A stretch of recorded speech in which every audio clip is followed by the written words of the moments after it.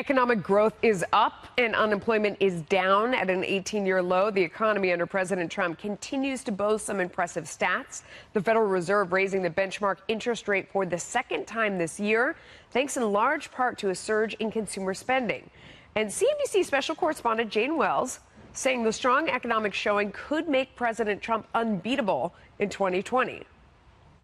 I'm the sort of person that says, you may not like this president, he has broken the mold, but if by 2020 we have GDP growth near 4%, we've got a market like this, we've got record low unemployment, we've got more jobs than job applicants, how do you not reelect this guy, even if you think he's a buffoon? People are going to say, I don't like him, he's a racist, he's a misogynist, poor illegal immigrants.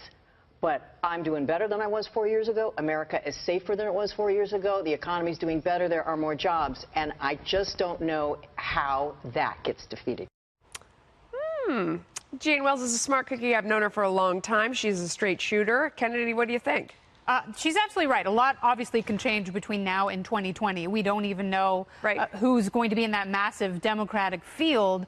But if people have jobs, if they're able to spend and save money like they have been able to do for the last 10 years, they may, when a pollster calls, pick up the phone and say, oh, yes, I'm voting for Democrat X like they did in 2016. But the reality is, if your personal economy is doing better, you're more likely to vote for whoever is in office right now. Much can go wrong. We've seen that happen. We saw that in 2008. We fell off a cliff pretty quickly. I am, unlike Bill Maher, hoping and praying that we do not go into a massive recession and we continue the economic upswing for everyone. It's the economy, stupid, right? I mean, that's what she said it. Everybody says it. I think President Trump right now is unbeatable. I don't think there's a single person on the planet that could beat him right now.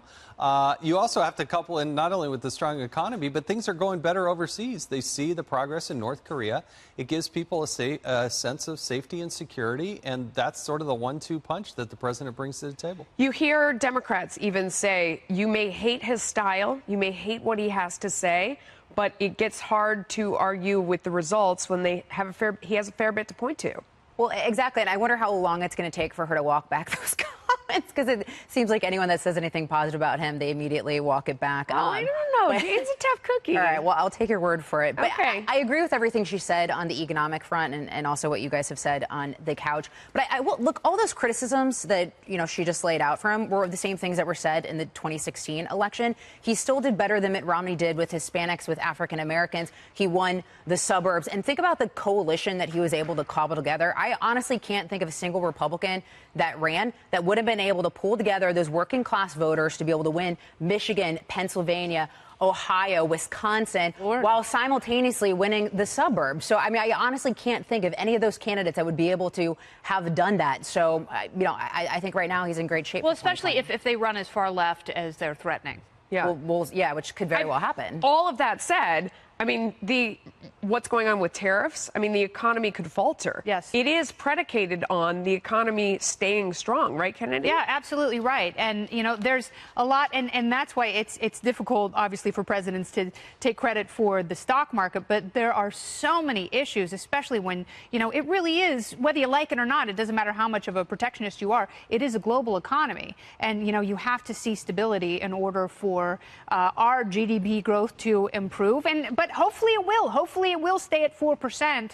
But, much can change, and hopefully the tariffs are a negotiating tool for expanded free trade. He became President Trump because he got blue-collar Democrats to vote for him. And that continues to be a very strong point for the president. Interesting. All right. Thanks, guys.